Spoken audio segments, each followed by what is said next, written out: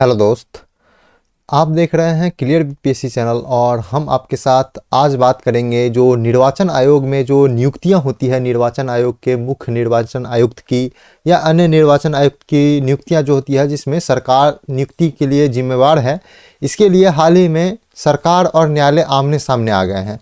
ऐसा क्यों हुआ है? क्योंकि न्यायालय ने सरकार को या कहा है कि ऐसे ही कमेंट किया है कि निर्वाचन आयोग की नियुक्ति एक पारदर्शी तरीके से नहीं की जाती है। क्या कहने का मतलब है कि पार्टी या सरकार सपोर्टेड होती है निर्वाचन आयोग की जो नियुक्ति होती है उसमें। इसलिए निर्वाचन भारत में निर्वाचन जो होती है, जो आम लोकसभा चुनाव होता है या राज्य विधानसभा चुनाव होता है, उसके बारे में कहा जा रहा है निर्वाचन आयोग की टिप्पणी के अनुसार ये पारदर्शी ढंग से नहीं हुआ है। तो इस सब पे आज चर्चा करेंगे। हम लोग जानेंगे निर्वाचन आयोग के बारे में, ठीक है। आमने सामने की जो पॉलिटिकल बातें हम लोग के परीक्षा के पॉइंट ऑफ व्यू से, मुख्य परीक्षा या पीटी के पॉइंट ऑफ व्यू से कोई भी इंपॉर्टेंट नहीं है, लेकिन निर्वाचन आयोग बहुत इंपॉर्टेंट हो जाता है, पीटी हो या मेंस हो। इसके लिए तो हम लोग चलेंगे मेंस के पॉइंट ऑफ व्यू से, देखेंगे कि निर्वाचन आयोग क्या है, निर्वाचन आयोग के कार्यों को समझेंगे और बारी बारी से सब कुछ समझेंगे। आप नए आए हैं तो इस वीडियो को शेयर करते हुए चैनल को सब्सक्राइब कर लीजिए ताकि आपको डेली करंट अफेयर के साथ साथ न्यूज़पेपर भी मिलता रहे। न्यूज़पेपर आपको टेलीग्राम पे मिलेगा। टेलीग्राम चैनल ज्वाइन करने से आपको टेलीग्राम पे न्यूज़पेपर साथ में हिंदी इंग्लिश में एडिटोरियल और हिंदी इंग्लिश में डेली करंट अफेयर भी मिलता है। तो आप टेलीग्राम चैनल को ज्वाइन कर लीजिए। वीडियो को शेयर करते हुए चैनल को सब्सक्राइब कर लीजिए, टेलीग्राम यूट्यूब चैनल को। अगर आप हमारे करंट अफेयर सीरीज से जुड़ते हैं तो आपको हम दावा करते हैं कि बीपीएससी में आपको 90 से 95% करंट अफेयर का क्वेश्चन हमारे ही करंट अफेयर सीरीज से आएगा। इसका दावा हम 2 बार सच करके दिखाए हैं। एक असिस्टेंट ऑडिट ऑफिसर जो बीपीएससी का एग्जाम होता है और दूसरा 67th बीपीएससी में। इसमें हम दोनों का लाइव प्रूफ वीडियो डाला हुआ है, आप जाकर के जुड़ सकते हैं। अगर आप हमारे करंट अफेयर का वीडियो देखें तो नहीं देखे हैं तो जाकर के देखिए। जनवरी 2022 से लेकर के अक्टूबर 2022 तक का अपडेट है। नवंबर का करंट अफेयर जल्दी स्टार्ट होने वाला है, तो आप लोग मंथली करंट अफेयर बने रहिए, देखते रहिए। और अगर आप इसका पीडीएफ पाना चाहते हैं तो आपके लिए एक काम करना होगा, व्हाट्सएप या टेलीग्राम पे मैसेज करना पड़ेगा। 8757463383 नंबर पे आप मैसेज कीजिए। इस मोबाइल नंबर पे आपको टेलीग्राम या व्हाट्सएप पे आपको इसका करंट अफेयर का पीडीएफ दिया जाएगा। तो चलते हैं निर्वाचन आयोग के बारे में देखते हैं। तो सबसे पहले हम बात करेंगे कि निर्वाचन आयोग जो है हाल ही में चर्चा में क्यों था। तो भारत का निर्वाचन आयोग जो है, जिसको हम इलेक्शन कमीशन ऑफ इंडिया कहते हैं, ईसीआई शॉर्ट फॉर्म में, एक स्वायत्त मतलब स्वतंत्र और अस्थाई संवैधानिक निकाय है। कहने का मतलब है कि अस्थाई है, इसका विघटन नहीं किया जा सकता है, इसको खत्म नहीं किया जा सकता। एक अस्थाई संवैधानिक निकाय है। संवैधानिक या सांविधिक या कानूनी निकाय, इसके बीच अंतर समझते हैं ना। संवैधानिक का मतलब होता है कि इसका वर्णन संविधान में है, इसलिए इसको संवैधानिक कहा जाता है। संविधान में निर्वाचन आयोग की नियुक्ति का है। सांविधिक जो होता है, सांविधिक निकाय कहते हैं उसको, या कानूनी निकाय, कानूनी निकाय, इसको हम इसलिए सांविधिक या कानूनी इसलिए कहते हैं क्योंकि इसको एक एक्ट के माध्यम से, एक्ट के मतलब कहने का मतलब है कि एक कानून बना करके इसके किसी संस्था का गठन किया गया हो तो उसे हम लोग सांविधिक या कानूनी निकाय कहेंगे।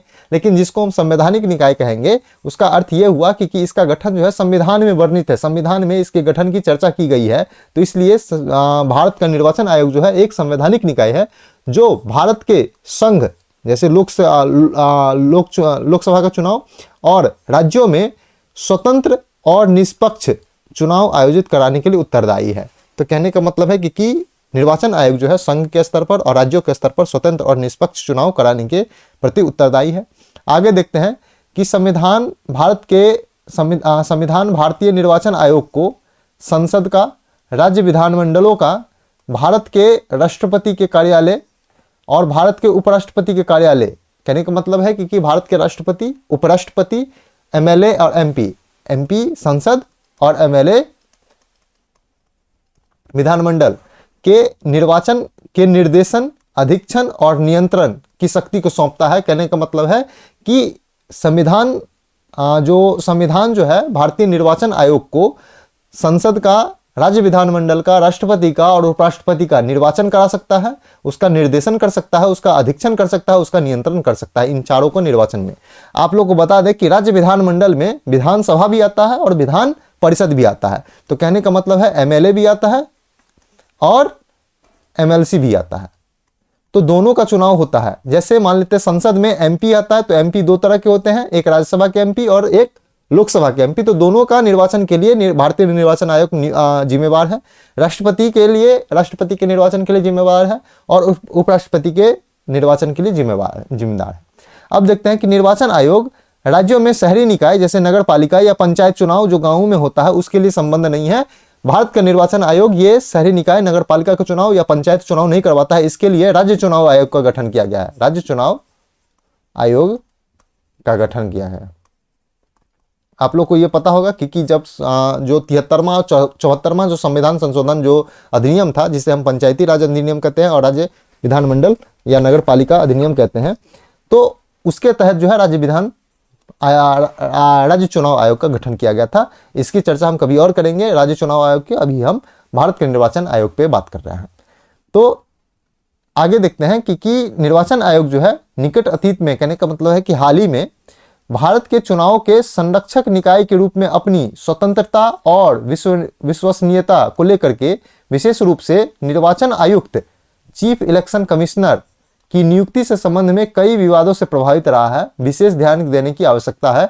कहने का मतलब है कि चीफ इलेक्शन कमिश्नर, मुख्य निर्वाचन आयुक्त का जो चुनाव जो नियुक्ति प्रक्रिया है वो हाल में विवादों से घिरा रहा है, क्योंकि कहा जाता है कि सरकार अपने हिसाब से जो मुख्य निर्वाचन आयुक्त है उसकी नियुक्ति करता है, जो पार्टी सपोर्टेड होता है, जो सरकार की हितों के लिए काम करता है। इस तरह की चुनाव आयुक्त की जो नियुक्ति होगी तो वो निष्पक्ष चुनाव और स्वतंत्र चुनाव करवाने में सक्षम नहीं होगा। इसका टिप्पणी इसी के लिए विवाद है और इसी के लिए चर्चा है। तो इस तरह का टिप्पणी जो है सुप्रीम कोर्ट के CJI, chief justice of India ने किया था। तो हाल में ये विवाद में रहा है, तो इसलिए हम जाने हैं। आगे हम चलते हैं निर्वाचन आयोग के बारे में, कुछ और चीजों को जानते हैं जो मेंस के लिहाज से इंपॉर्टेंट है। तो भारत का निर्वाचन आयोग का संगठन क्या है, मतलब इसकी गठन कैसा है।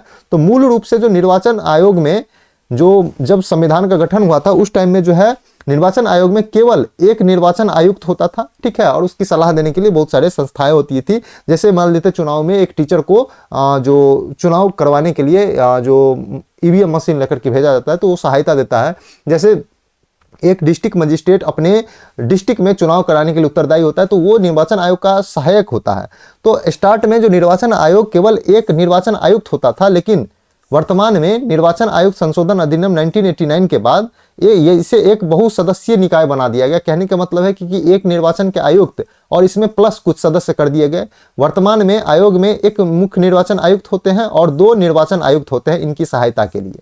तो एक निर्वाचन आयुक्त और 2 निर्वाचन आयुक्त, कहने का मतलब 3 सदस्यीय संस्था है निर्वाचन आयुक्त। आगे देखते हैं कि मुख्य निर्वाचन आयुक्त और निर्वाचन आयुक्तों की नियुक्ति किसके द्वारा की जाती है, तो राष्ट्रपति के द्वारा की जाती है। इनका कार्यकाल कब होता है, 6 से 6 वर्ष या 65 वर्ष, जो भी पहले हो जाए, जो भी पहले हो उसके बाद इनकी जो है रिटायरमेंट हो जाती है निर्वाचन आयोग से। तो पहले 6 वर्ष पूरा हो जाए तब पर भी हो सकता है, या पहले 65 वर्ष की आयु पूरा हो जाए उनकी तब पर भी उनको रिटायर लेना पड़ेगा।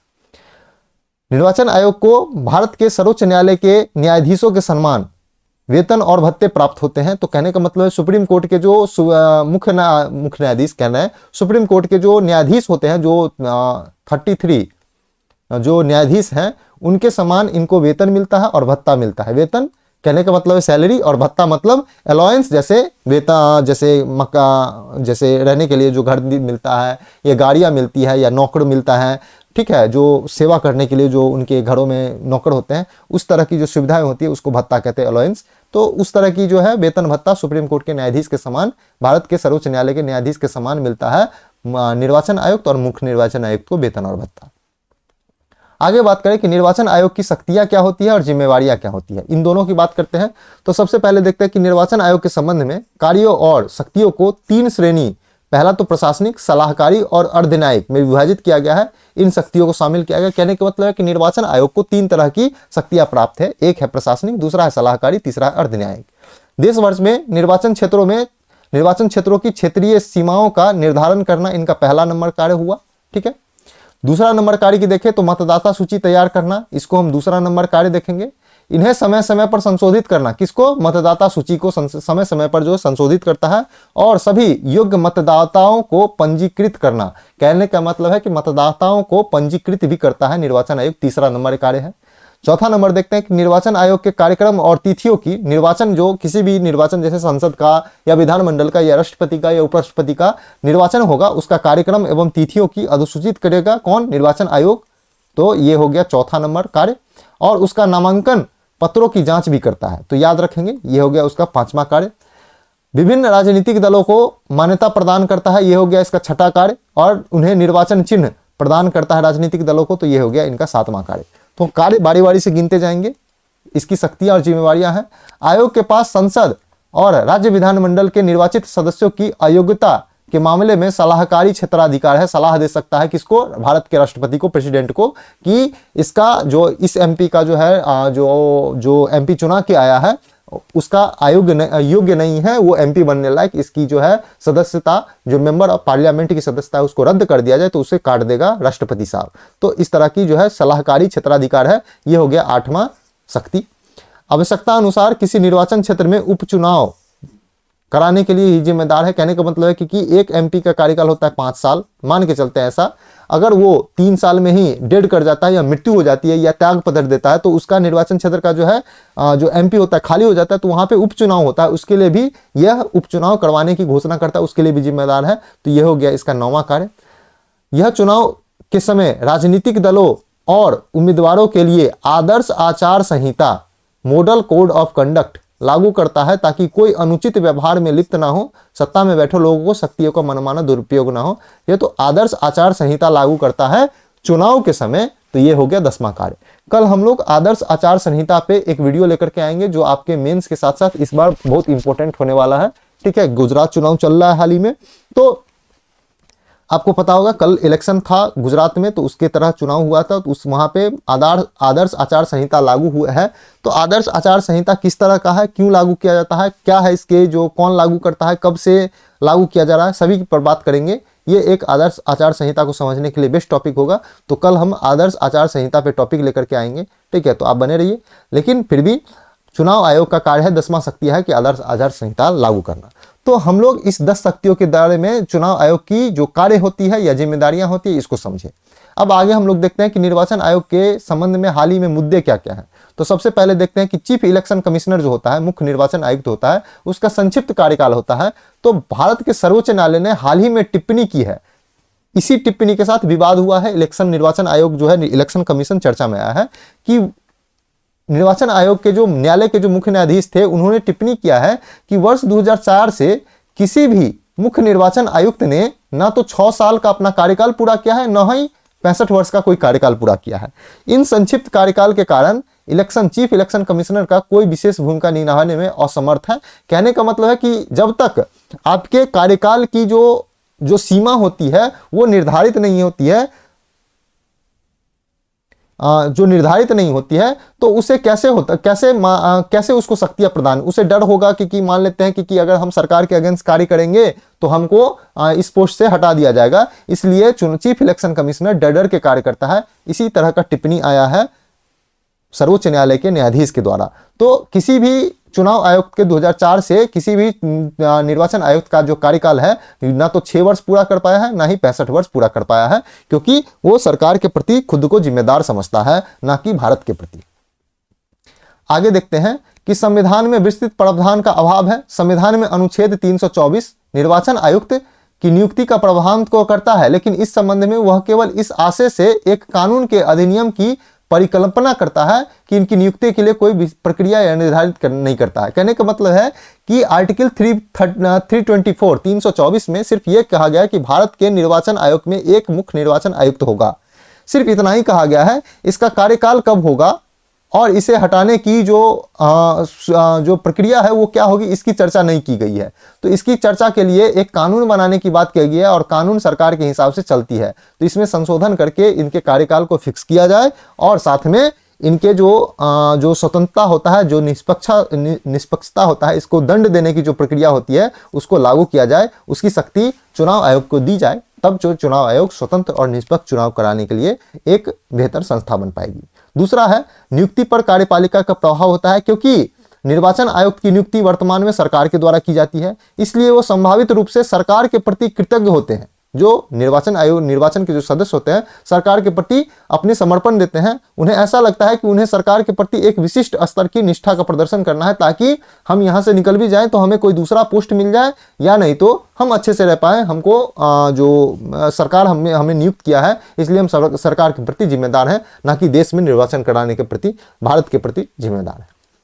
आगे बात करते हैं कि सर्वोच्च न्यायालय ने टिप्पणी की है कि यद्यपि एक निर्वाचन आयुक्त कुशल, सक्षम और पूर्ण ईमानदार और उत्कृष्ट सेवा रिकॉर्ड से लैस हो सकता है, लेकिन उसका एक व्यक्तिगत राजनीतिक झुकाव भी होता है, जो संस्था के तटस्थता के समझौते की स्थिति बन सकती है। कहने का मतलब है कि न्यायालय का कहना है कि एक निर्वाचन आयुक्त जो होता है वह एक कुशल, सक्षम और पूर्ण ईमानदार जो है ब्यूरोक्रेट हो सकता है, नौकरशाह हो सकता है, लेकिन उसका झुकाव एक राजनीतिक दल के प्रति भी हो सकता है। इसलिए ऐसी व्यक्तियों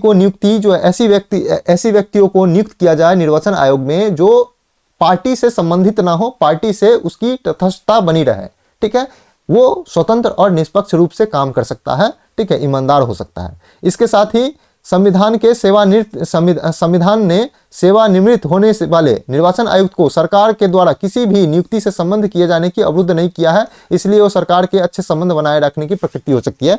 कहने का मतलब है कि संविधान ये कहीं पर बात नहीं कहती है कि एक निर्वाचन आयुक्त या मुख्य निर्वाचन आयुक्त अगर वहां से रिटायर कर जाता है तो सरकार के किसी अन्य पोस्ट के लिए वो जो अन्य पोस्ट भी धारण कर सकता है रिटायरमेंट के बाद। इसको बैन किया जाए, क्योंकि निर्वाचन आयुक्त को लगता है या निर्वाचन के आयोग के सदस्यों को लगता है कि हम यहाँ पे सरकार के साथ अच्छे संबंध बना करके रखेंगे, सरकार के हितों में काम करेंगे, तो यहाँ से रिटायरमेंट के बाद हमको कोई दूसरा ब्यूरोक्रेट का पोस्ट या सरकार के बहुत ऊंचे पोस्ट हमको दिया जा सकता है। इसी तरह का जो है हाल ही में मामला देखने को मिलता है, बार बार देखने को मिलता है कि निर्वाचन जो आयोग से जो है इनकी रिटायरमेंट होती है, लेकिन कहीं अच्छी पोस्ट पे इनकी फिर से नियुक्ति कर दी जाती है। तो इसी भाव में सरकार से अच्छे संबंध बनाए रखते हैं ताकि उनकी नियुक्ति कहीं और की जा सकती है। तो ये भी एक मामला बनता है, ये भी एक मुद्दा है। दूसरा देखते हैं, आगे देखते हैं कि वित्त के लिए केंद्र सरकार पर निर्भरता निर्वाचन आयोग की है। इलेक्शन कमीशन ऑफ इंडिया जो है एक स्वतंत्र निकाय बनने के लिए इनके अभिकल्पित विभिन्न प्रावधानों के बावजूद भी अभी भी इनके पास वित्त के नियंत्रण केंद्र सरकार के पास है। कहने का मतलब है कि इलेक्शन कमीशन के पास कोई अपना वित्त नहीं है, अपना फंड नहीं है। चुनाव करवाने के लिए इनको सरकार के ऊपर निर्भर रहना पड़ता है। निर्वाचन आयोग एक व्यय भारत के संचित निधि पर, निर्वाचन आयोग का जो व्यय है भारत के संचित निधि पर भारित नहीं रखा गया है। भारत की संचित निधि पर अगर भारित रहेगा तो इसको कंपलसरी माना जाएगा और इसे जो संसद में जो है बजट के द्वारा जो पास किया जाएगा, इसलिए इस पे संचित निधि से जो है बाहर रखा गया है ताकि इसे जो है कभी भी दिया जा सकता है या कभी भी रोका जा सकता है। इसलिए फंड के लिए भी निर्वाचन आयुक्त लोग सरकार के प्रति जिम्मेदार है, सरकार के प्रति आग्रह करता है तो सरकार उसको फंड देता है। तो ये भी एक मुद्दा है कि निर्वाचन आयोग का जो फंड होता है वो भारत के संचित निधि पर व्यय किया जाए। तीसरा है कि स्वतंत्र कर्मचारियों की कमी है निर्वाचन आयोग में, चूंकि इलेक्शन कमीशन इंडिया के पास स्वयं के कर्मचारी नहीं होते। जैसे शिक्षक निर्वाचन का जो चुनाव करवाता है तो उनके पास स्वयं के कर्मचारी नहीं होते हैं। जब भी चुनाव आयोजित होता है तो उन्हें केंद्र और राज्य सरकारों के कर्मचारियों पर निर्भर रहना पड़ता है। कहने का मतलब उन्हीं कर्मचारियों के द्वारा अपना चुनाव जो है करवाता है चुनाव आयोग। आगे देखते हैं, किसी परिदृश्य में प्रशासनिक कर्मचारी सामान्य प्रशासन से जुड़ी चुनावी प्रशासन के लिए भी जिम्मेदार होते हैं, जो आयोग की निष्पक्षता और प्रभावशीलता के लिए अनुकूल स्थिति नहीं है। कहने का मतलब है कि राज्य के सरकार का जो कर्मचारी होता है या केंद्र सरकार का कर्मचारी वो राज्य सरकार और केंद्र सरकार के प्रति जिम्मेदार होता है, ना कि इलेक्शन कमीशन के प्रति। आगे देखते हैं कि आदर्श आचार संहिता के प्रवर्तन के लिए सांविधिक समर्थन का अभाव भी है। आदर्श आचार संहिता तो लागू कर देता है, लेकिन उसे लागू करने के कोई जो उसका उल्लंघन करता है तो उसके दंड देने का अधिकार इलेक्शन कमीशन के पास नहीं है। तो ये भी एक मुद्दा है। आदर्श आचार संहिता के प्रवर्तन मतलब लागू करने के लिए निर्वाचन संबंधी अन्य निर्णयों को संबंध में भारत के निर्वाचन आयोग के पास उपलब्ध शक्तियों के दायरे के प्रति के बारे में स्पष्ट नहीं है। कहने का मतलब इसे लागू करवाने के जो निर्वाचन आयोग के पास शक्ति नहीं है कि आदर्श आचार संहिता को प्रॉपर लागू कराया जाए, इसकी शक्ति भी निर्वाचन आयोग के पास नहीं है। आगे देखते हैं कि आंतरिक पार्टी लोकतंत्र को विनियमित करने की सीमित शक्ति है। राजनीतिक दलों की आंतरिक चुनाव, जो राजनीतिक दलों में अध्यक्ष पद के लिए, जैसे कांग्रेस के अध्यक्ष पद के लिए, बीजेपी के अध्यक्ष पद के लिए जो चुनाव होता है उसमें इलेक्शन कमीशन की शक्ति या भूमिका सलाह देने तक सीमित है। उसके पास राजनीतिक दल के अंदर लोकतंत्र को लागू करने और उसके वित्त विनियमित करने का कोई अधिकार नहीं है। तो ये भी अधिकार इलेक्शन कमीशन ऑफ इंडिया को दिया जाना चाहिए, ताकि वो राजनीतिक पार्टियां का अध्यक्ष पद का चुनाव करवा सके या चुनाव को विनियमित कर सके, और उसके जो पार्टी का जो वित्त होता है, पार्टी का जो फंड होता है, उसका जो है उसका देखरेख या विनियमन कर सके कि कहां से फंड आ रहा है। इसकी भी शक्ति इलेक्शन कमीशन को मिलेगा तो भारत वाकई में एक स्वतंत्र और निष्पक्ष देश वाला, लोकतंत्र वाला देश कहलाने के काबिल हो जाएगा। हालांकि अभी भी है, लेकिन इसे भ्रष्टाचार वाला लोकतंत्र कह सकते हैं हम लोग। आगे की राह में देखेंगे, आगे की बात देखेंगे कि निर्वाचन आयुक्त की नियुक्तियों का पुनर्कल्पना किया था न्यायमूर्ति ताराकुंडे समिति ने 1975 में, दिनेश गोस्वामी 1990 में और विधि आयोग 2015 में। विभिन्न समितियों ने अनुशंसा किया था कि निर्वाचन आयोग की नियुक्ति एक समिति के सलाह पर की जानी चाहिए, ना कि कार्यपालिका के द्वारा। इस समिति में जो विधि आयोग, ये तीनों समिति ने अनुशंसा किया था कि इस समिति में जो निर्वाचन आयोग के सदस्यों की और मुख्य निर्वाचन आयुक्त की जो नियुक्ति करेगा, इस समिति में प्रधानमंत्री होना चाहिए, लोकसभा के विपक्ष के नेता होना चाहिए और भारत के मुख्य न्यायाधीश शामिल होना चाहिए।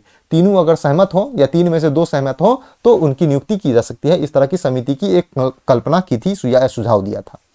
आगे है कि द्वितीय प्रशासनिक सुधार आयोग ने अनुशंसा की थी कि ऐसे कॉलेजियम में केंद्रीय विधि मंत्री और राज्यसभा के सभापति को शामिल किया जाना चाहिए। ठीक है, तो वो भी एक समिति का उस समिति में शामिल हो, ऐसा द्वितीय प्रशासनिक सुधार आयोग ने कहा है। अनूप वर्णवाल बनाम भारत संघ 2015 मामले में इलेक्शन कमीशन ऑफ इंडिया के लिए एक कॉलेजियम प्रणाली की आवश्यकता जताई थी। कौन? सुप्रीम कोर्ट ने। तो सुप्रीम कोर्ट ने भी कहा है कि एक कॉलेजियम प्रणाली होना चाहिए इलेक्शन कमीशन इंडिया में नियुक्ति के लिए।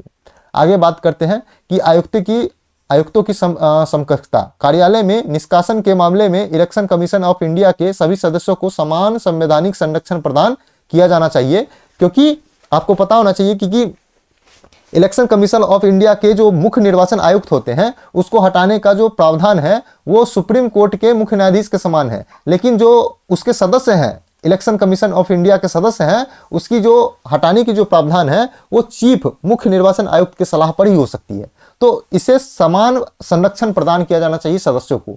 निर्वाचन आयुक्तों को पुनर्विचार पर अंकुश हो और एक समर्पित निर्वाचन प्रबंधन, संवर्ग और कार्मिक प्रणाली का निर्माण किया जाना चाहिए। यह भी एक मुद्दा है, इसे सुधार किया जाना चाहिए। आदर्श आचार संहिता का समर्थन किया जाना चाहिए। इलेक्शन ऑफ इंडिया का आदर्श आचार संहिता को लागू करने के लिए इसको दंड और इसको सख्ती दिया जाना चाहिए चुनाव आयोग को।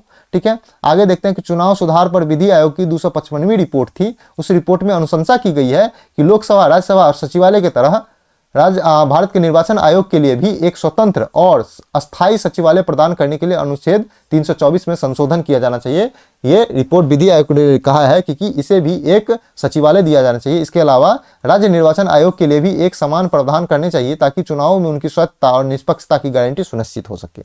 तो आज हम लोग चुनाव आयोग के बारे में सभी चीज को बात किए हैं और सभी चीजों में हम समझे कि चुनाव आयोग कैसे कार्य करता है, क्या क्या शक्तियां हैं, क्या क्या उसकी प्रभावशीलता है, क्या क्या मुद्दे हैं, क्या क्या सुधार किया जाना चाहिए, और आगे की राह में बात की है कि चुनाव आयोग इस तरह से सुधर सकता है। हम लोग एक मेंस क्वेश्चन पे बात करेंगे। मेंस क्वेश्चन है कि भारतीय निर्वाचन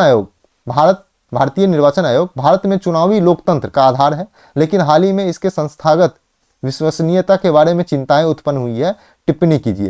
टिप्पणी कीजिए क्या होता है। ये अगर नहीं समझते हैं तो आप हमारा कल वाला वीडियो जाकर के देखिए, उसमें हम जितने भी पुछल्ले शब्द या टेलेंडर वर्ड्स होता है उसको समझाने की कोशिश किए हैं, और इसमें यह भी बताएं कि टिप्पणी करने तो इसमें किस तरह का उत्तर लेखन करेंगे। तो टिप्पणी मतलब क्या होता है ये समझने के लिए आप हमारा कल का वीडियो देखिए। आज के लिए इतना ही था।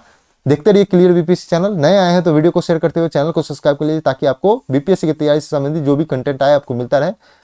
टेलीग्राम चैनल को ज्वाइन कर लीजिए, ताकि आपको डेली करंट अफेयर के साथ साथ न्यूज़पेपर हिंदी और इंग्लिश में साथ में एडिटोरियल मिलता रहेगा। फेसबुक, इंस्टाग्राम पेज को लाइक और फॉलो कर सकते हैं। आज के लिए इतना ही। पढ़ते रहिए, रिवीजन करते रहिए। Thank you so much.